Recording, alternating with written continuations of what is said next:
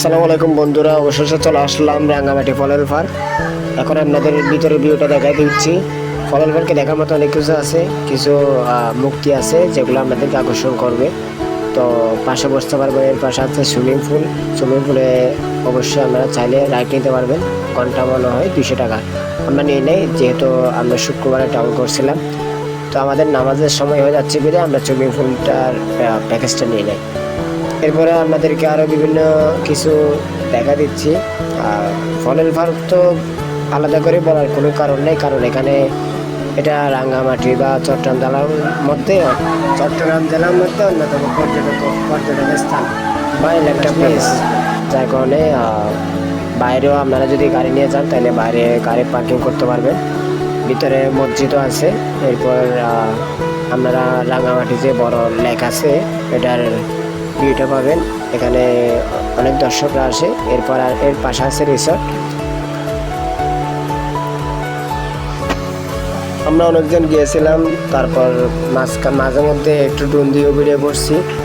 তো দুর্ভাগ্যবশত আমরা ফলের পার্ক থেকে বের হয়ে যে ঝুলন্ত ব্রিজে গেলাম, ওখানে অনেক বেশি পানি থাকার কারণে আমরা ভিতরে ঢুকতে পারিনি। তো এটা আপনারা দেখে যাবেন। এটা হচ্ছে পুরোপুরি ফলের পার্কের একটা ভিউ, উপর থেকে ডিম দিয়ে করা হয়েছে। তো দেখেন এখানে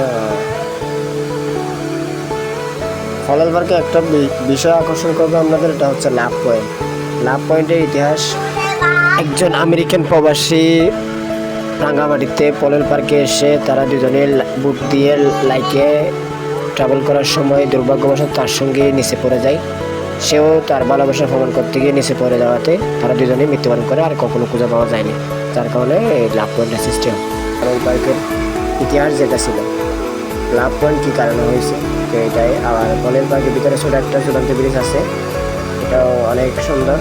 তো মোটামুটি বলতে গেলে আমাদের সাইকেল ট্যুরের যে ইয়েটা হয়েছে, ট্যুরটা আমরা সবাই যেগুলো গেছি, যেজন গেছে সবাই ভালো মতো কাটালাম সময়। ভালো হয়েছে, আশা করি খারাপ হইলে ওখানে বুট রাইড করাও যায় ঘন্টাকারে দিয়ে, সেটাও আপনারা চাইলে করতে পারবেন। এখানে রিসোর্ট আছে, আপনারা থাকতে পারবেন চাইলে যদি অনেকজন চান আর কি। ঝুলন্ত ব্রিজের বিষয়ে যেটা বললাম, এখানে বনাই নামের একটা ইয়ে আছে, আমাদের ওই দোকান আছে, সে তার পাশে ঝুলন্ত ব্রিজের গেট।